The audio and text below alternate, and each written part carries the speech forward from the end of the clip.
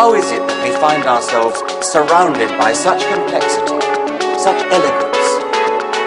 The genes of you and me, they're all made of DNA. We're all made of the same chemical DNA. We're all made of DNA. Hello, you're listening to DNA Today, a genetics podcast and radio show. I'm your host, Kira Deneen. DNA Today informs you on what's happening in the genetic world. During my broadcast, I educate you, the public, on genetic and health topics through event coverage, news stories, book movie reviews, and interviews. Guests include genetic counselors, researchers, patient advocates, and professors in the field of genetics. I'm excited to announce my guest today is Eleanor Griffith. She's a board-certified genetic counselor and the founder of Gray Genetics, a genetics consulting and counseling company. Her clinical experience includes both prenatal and cancer genetics in both public and private academic hospital settings.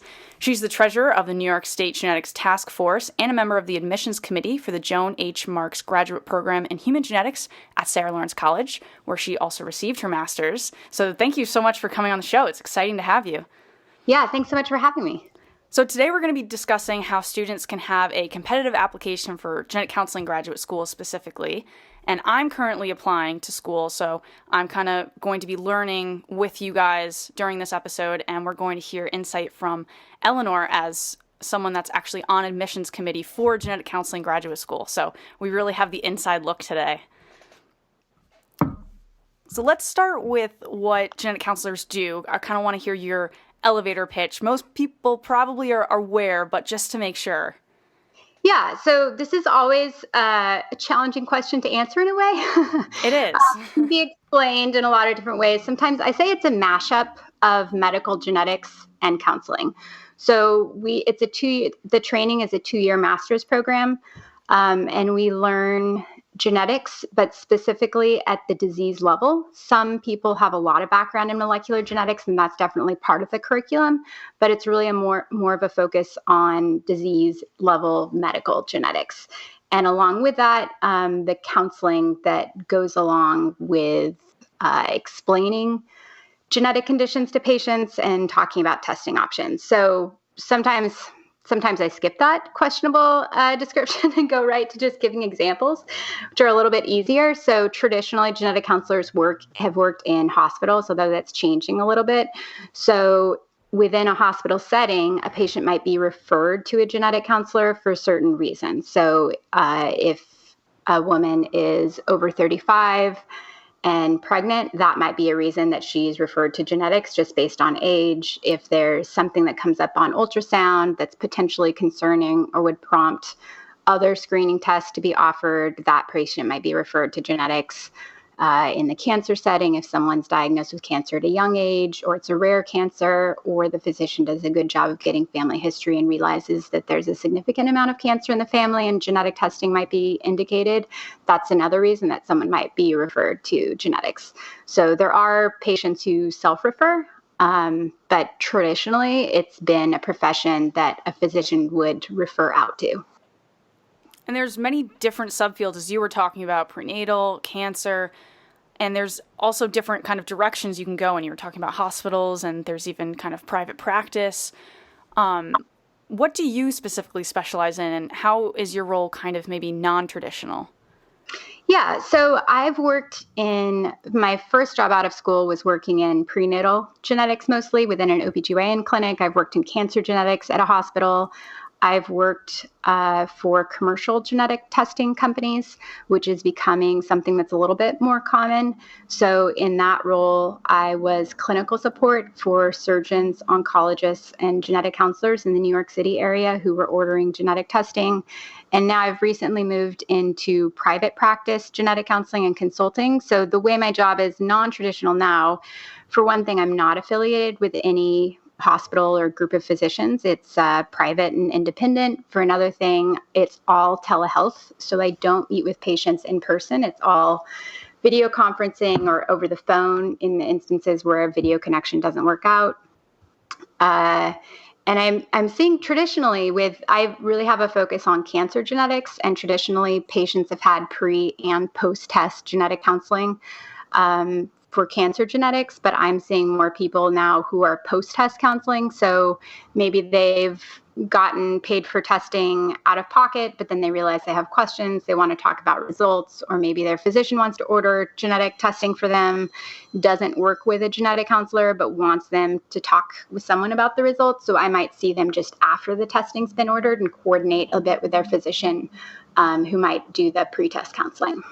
So in your case, do physicians then kind of recommend their patients to see you, or are patients finding you on their own? Really both. So a lot of patients will come through the URL, findageneticcounselor.com. Some patients might just come to my site through social media. But there's also patients who, call and say, like, my doctor wants to order this test for me, but he says I have to have genetic counseling. Either it's an insurance requirement or it's a physician requirement or preference, just because they appreciate the value of the counseling. Maybe they don't have time to do it on their own, or maybe they just recognize that they don't have quite enough training in genetics to really do a good job. And it really is ideal for patients to have a genetic counselor kind of assisting them throughout the process of genetic testing, because there's a lot to kind of understand and decipher. Yeah, there really is. And I think, ideal is like a key word, because I think pre and post test counseling really are ideal in every situation. And there's actually a series of articles published about mistakes that have happened when genetic counselors aren't involved with pre and post test counseling, and healthcare providers without genetics training are ordering on their own. But then there's also just the real world problem of there aren't actually enough genetic counselors to offer pre and post test counseling for every patient who should ideally have it. So one thing in my practice that's a little unique is I'm focusing on working with healthcare providers to come up with hybrid solutions, something that's not where they're just completely ordering on their own without any outside genetic support and potentially making mistakes or misinforming patients about tests to some extent, or completely outsourcing. So to figure out how can I help so that they have a little more training, can handle some of the conversation, and then I can handle other parts of the conversation depending on how the practice is set up or what the specifics of the case are.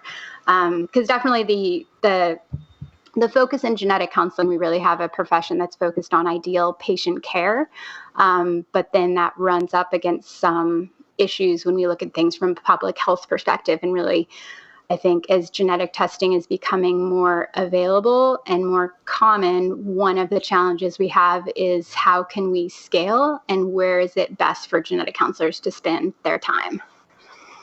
And what originally attracted you to the field of genetic counseling? What aspects were you like, yes, this kind of fits my personality and career goals? So I have a bit of a non-traditional background for genetic counseling, that I was an English major. So when I decided I wanted to go into genetic counseling, I had to go back and do some prerequisites. I first heard about it just in one of those U.S. News and World Report articles that talk about top careers. And it is an emerging field with job growth. And I remember one thing that stuck out to me is that the article said 90% of genetic counselors report feeling satisfied with their jobs. At the time, I was working in publications, marketing, advertising, sort of media jobs in New York City, not all with health insurance, like longer hours, no overtime, low wages, and the idea of benefits sounded good. So there was that practical side. As an English major, different master's degrees that I might have considered could have been like in the humanities or social sciences, but then those don't obviously lead to a job at the end. They definitely lead to debt, and you definitely learn interesting things. But for me, it was also the practical side of a degree that would really prepare me for a really specific job that I thought I could enjoy. But at the same time, it's a master's degree. So if you want to work at the UN and you speak, a couple of the UN languages, you still just need a master's degree. If you want to teach English, if you have a master's degree, it's higher pay scale. So I really had like a very practical side of going into it. But I'd thought about psychology as a profession, and the idea of talking to people about all of their problems at once kind of felt overwhelming in scope. And I like the idea that with genetic counseling, you get to hear patient stories and the context for the reason they're coming to see you, but at the same time, it's pretty task oriented, and that you usually are dealing with one very specific question that you get to help someone with. So whether it's risk related to a specific pregnancy or the chance of a hereditary cancer mutation, you have something that's very focused, even as you're helping them through the social and emotional context of everything that entails. And for, genetic counseling and everything, you do have that focus, and your patient contact it's not usually really lengthy, that you have a few sessions with a client, sometimes even one or two, right? Yeah. And at least, I guess, usually in cancer, usually too, because there's pre and post-test counseling, although now I'm seeing patients often just for post-test counseling. But there could still be some correspondence or brief questions after the fact. In prenatal testing, I would usually see patients at least twice, and sometimes, at least the institution where I was, it was a public hospital, but I had patients who we talk about testing options, and they're like, well, I really want my partner to hear this. I'm going to come back in with my partner, and we discuss again. And then maybe they had a little more time and they're like, I want to look into something else and come back again. So just depending on the patient's need and how big of a decision it is for them, sometimes it is multiple sessions. And in order for someone to actually become a genetic counselor, we kind of mentioned a few times now that they need a graduate level education, they need their master's, and it has to be from an accredited genetic counseling graduate school. So what is involved with actually getting to this, graduate level training, and what's kind of included during the training? So in terms of background for getting to the graduate level training, typical is like a bio major and a psych minor. And with that kind of profile, you usually hit all the prerequisites. The prerequisites generally are a strong background in science. So biochem, general biology, basic chemistry, probability, and stats, like some background in that. Most programs, I think, require a course in embryology, some course background in genetics, molecular genetics. It does, I would say there's definitely common ground between the requirements of different institutions, but programs generally have the requirements listed on their website. And if you have specific questions, it's worth reaching out to the program directly after having read the requirements. I know for me, as an English major doing prerequisites, I would look up a course I was thinking of taking, and the associate professor at Sarah Lawrence at the time, who has since moved on, was really great in getting back to me and saying, like, that course looks good, or that's great, or that's all you need. Or I said, do I need these two statistics courses? And he would say just the first one should be fine. So I would say look to the program websites for the general requirements. But when it gets into a specific course and you're wondering if it's going to meet the requirements, like, definitely don't hesitate to reach out to the programs. And I think most would get back to you and let you know. Yeah, from my personal experience, they've all kind of gotten back to me very quickly. And a lot of it for me was like making sure that a class, as you said, would be accepted, because it would be terrible to go through a whole course and then they're like, well, it's not quite what we're looking for, so retake it somewhere. So definitely good to check in, and they do get back to you pretty quick, so that is a nice aspect. Yeah, I think I'm trying to think back when I've interviewed people at Sarah Lawrence, and they might have a question then as to, like, should they have taken this or did they take that? Or, we say, well, this applicant, for the next year, if they want to apply again, they really should take this course. And my feeling has been that those students didn't realize that they could just ask. Right. So it's not a black box. The field is not that big, I'd say. And if you do ask and you don't hear back, follow up, because it may just be one of those things where your email was missed. And I think, like, a good way to ask would be, to reference that you've looked at the requirements on the website already, that you're looking at a specific course, give the link and copy paste the description. Just make it as easy as possible for the person responding to see what the full question really is. And another aspect of the application is having experiences in different types of kind of venues, like lab, counseling, genetic counseling, job exposure, and advocacy. Can you kind of talk about what experiences kind of in those different categories that admissions is looking for and how much they're looking for? Yeah. So when I was applying, and I graduated in 2011, so I was applying 2008. Uh, it it really was, I think, expected to have a significant amount of shadowing experience, which I was able to get. Now there's a growing awareness, or perhaps awareness is up and grown, that it's really hard to get that experience. There's so many programs, so many genetic counselors who've gotten into industry roles. There's fewer shadowing opportunities available. So even though shadowing experience is good to have, I know that for me personally, when I'm talking to an applicant, if they tell me that they weren't able to get shadowing experience or they interviewed genetic counselors instead, like part of what I'm interested in knowing is how much effort they put into it. So, if an applicant's like, well, I emailed a couple people, but they never got back to me, and that's where it stopped, that's not great. If they tell me, well, like these are the 10 who are within driving distance of 2 hours, and this is kind of if I know that they had sort of a systematic approach. Because some of the reason I think we like to see shadowing experience is to see how motivated and interested someone is. And then also, like, do they have a clear idea of what the field is and like what genetic counseling is? So if they haven't had that shadowing experience, depending on the rest of the application and their experiences, sometimes there's a question of like, well, why do they want to do this? It doesn't really seem to fit. And we're not sure that they really know what this would entail at all. Definitely helpful for students to actually sit through a session and be like, okay, like you're visualizing yourself as the genetic counselor and saying, is this something that I would look forward to doing? Is this something I really want to work towards?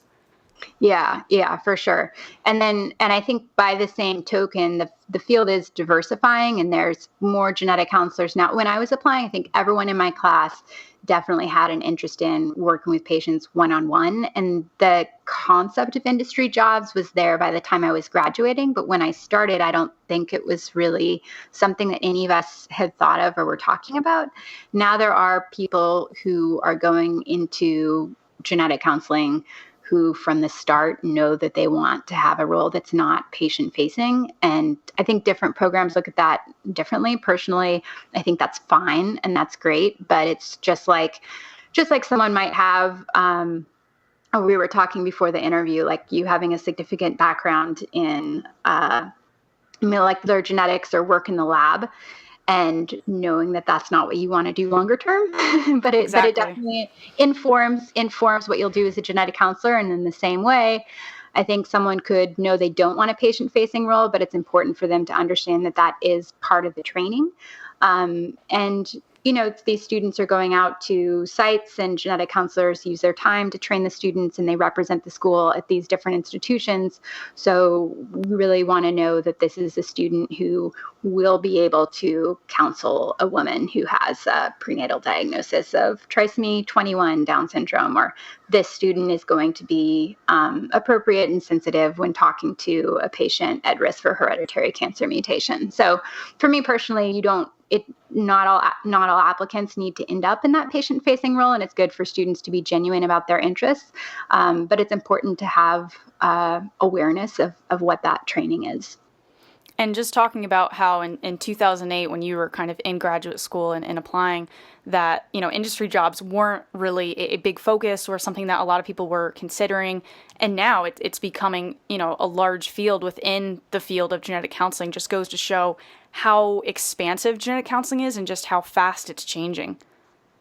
Yeah, and I think it's definitely going to keep on changing. For me, that was another reason that I was attracted to the field, is I just saw that you do come out with a degree that prepares you for a really specific role within a hospital, like almost like a technical training. But at the same time, there's a lot of different directions you can end up going with it. And with your question, you'd asked you like how much shadowing experience or how much of these different advocacy or volunteer experiences, which is another component. It's good to have some experience in crisis counseling or something related to that gives you some exposure to the counseling aspect of the profession, to see if that's going to be a good fit for you longer term, or at minimum, is that going to be something that you're going to be able to handle as part of the training? But I think for for me, I think it's fair to say that this is true for Sarah Lawrence, and I'm guessing for some other programs too. It's not just like how much time, but looking for students' insights. So if a genetic counselor says like, look, I wasn't able to shadow, but I interviewed a couple different genetic counselors, or I only saw 1 or 2 sessions, but when asking them about their experiences, they have meaningful insights into the dynamics in the session or interesting points or questions. That's more valuable than someone who says, yeah, I shadowed for a year and like, yeah, it was all right. It was really interesting, but it was like, did a session stick with you? What did you notice? Would you do anything like the same or different from what a genetic counselor who you shadowed did? And if they have like nothing to say, that's not a good sign either. And another component to the application process, there's so much kind of happening when you're applying, but one of the biggest pieces is the personal statement. And so I'm particularly interested to hear kind of what you have to say in terms of how students can really write a personal statement that makes the admissions committee go, wow, they're really, would be a great student and they're really interested in genetic counseling. We want them. So how can a student kind of write this, and what should their approach be when sitting down and writing it? So first, I'll say I have a couple notes on that from a Sarah Lawrence slide deck. So I'll give you what Sarah Lawrence says, and then I'll sort of give you my take. So personal statement, Sarah Lawrence says they want to know that you want to help people and love science and genetics, get a sense of you, your character, your personality, give examples of things you've done or experiences you've had, which I think is a really good point, things that are specific. And they say, do not just list adjectives about yourself. I think for me, and since I'm involved in the admissions process, but only in the interviews, so I do not read the essays of people who do not end up getting offered interviews. So I kind of have a bias in the sample that I end up reading. But for one thing, something that's generally well written, a lot of people going into genetic counseling don't consider themselves writers, and that's fine. But at minimum, coming out of a genetic counseling program, you're going to be needing to write emails to physicians or put a note in a patient's medical chart. So just like the basic things of take your time, make sure it's polished, some level of organization. It's really, I guess, if you think from an admissions department, they're looking at your transcript, your grades, GRE scores. None of this stuff is very personal, and even recommendation letters tend to not show who a person is that often. So I think in writing a personal statement, it's good to think, what should this program know about me personally that's not going to stand out just based on my grades and where I went to college. I don't know if I'm giving very good advice on that point. No, it sounds like solid advice, and just kind of taking an approach of don't just relist your resume, but really get at who you are as a person and why you want to be a genetic counselor. Yeah, and I think be genuine. Don't try to think, what do they want to hear? There really isn't one right answer in terms of why you want to go into genetics. Again, if you think that it's really valuable, the one-on-one counseling, but you know that you want to work for a lab or you want to innovate technology, but you think this is an important background to inform that. For me personally, reading that essay, that's honest, and it's really interesting and it's novel, which I think we need.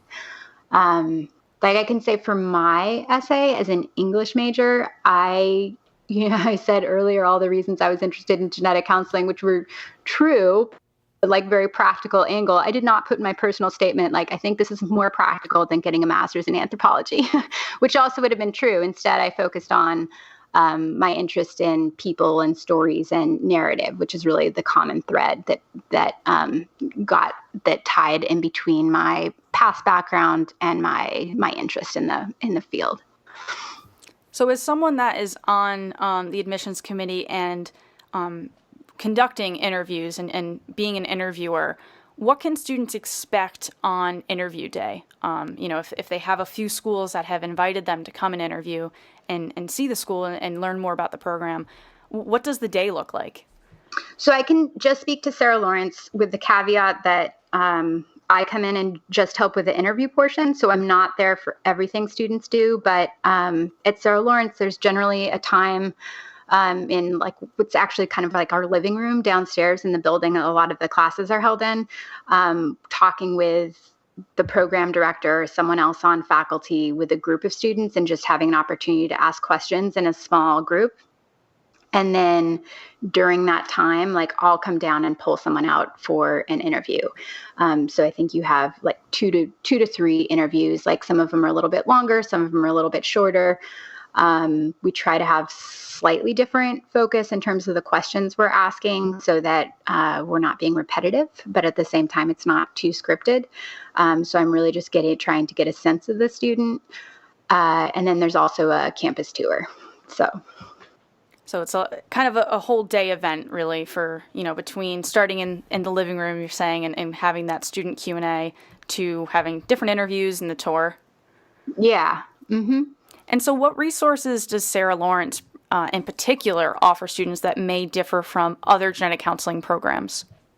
Yeah, so that's a good question, especially so Sarah Lawrence is pretty unique, I think, in that it's the setting is a liberal arts institution, whereas a lot of genetic counseling programs are part of major medical centers, have smaller classes, and students might take some of their classes along with medical students.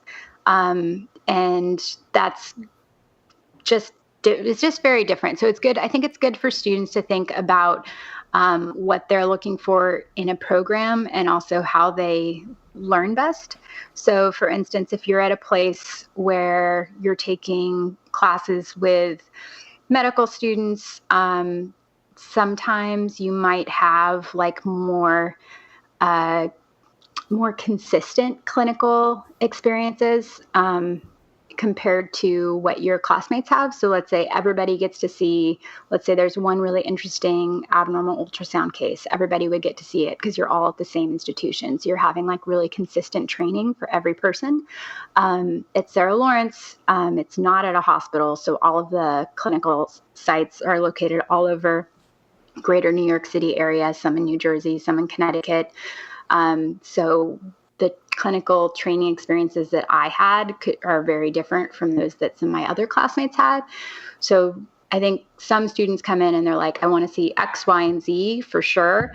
And I want everything to be fair and to have the exact same rotations as my classmates. And Sarah Lawrence isn't the best place for that. I think it's a little bit more of a grab bag. And I think that can be good because you don't really know what you're going to get. And I think students aren't always really good at predicting what they are going to most enjoy or learn from.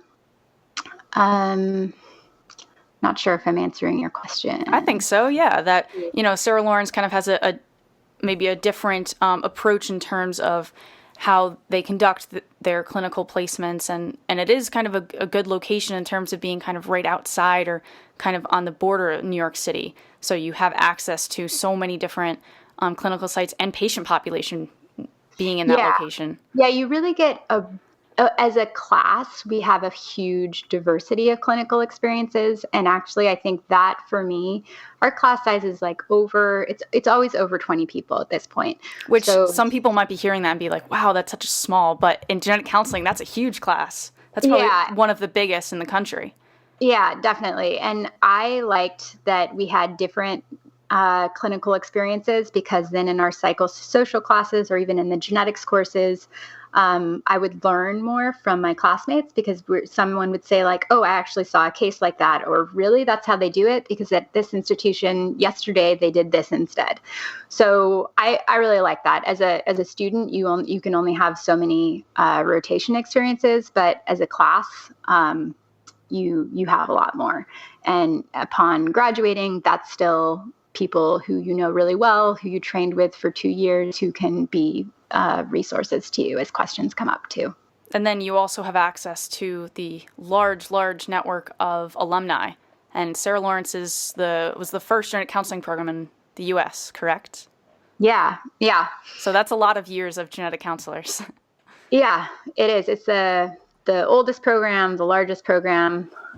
There's actually a lot of, I think it's fairly new on the Sarah Lawrence Human Genetics Graduate Program website. There's a long page that gives a detailed history of the program. But yeah, it is, the numbers keep adding up. So there are a lot of genetic SLC alumni. Definitely. Well, that about wraps up today's episode. I have way more questions to ask, but unfortunately, time limits us. But for those that have more questions, you guys can email in at info@dnapodcast.com. And if I can answer them, I'll get back to you. If not, I will forward them on so that Eleanor can answer your questions. 'Cause she's a little bit little bit more expertise in this than I am. But thank you so much for coming on and sharing your insight into application process for genetic counseling schools. Yeah, thanks again for having me. And for those that are interested in looking at her private practice and consulting, you can go to graygenetics.com. On Twitter, it's at graygenetics, and on Facebook, it's at graygenetics LLC. And we're going to have all of the links that we've mentioned throughout the episode, where we talked about findageneticcounselor.com, which not only can patients use that, students can use that.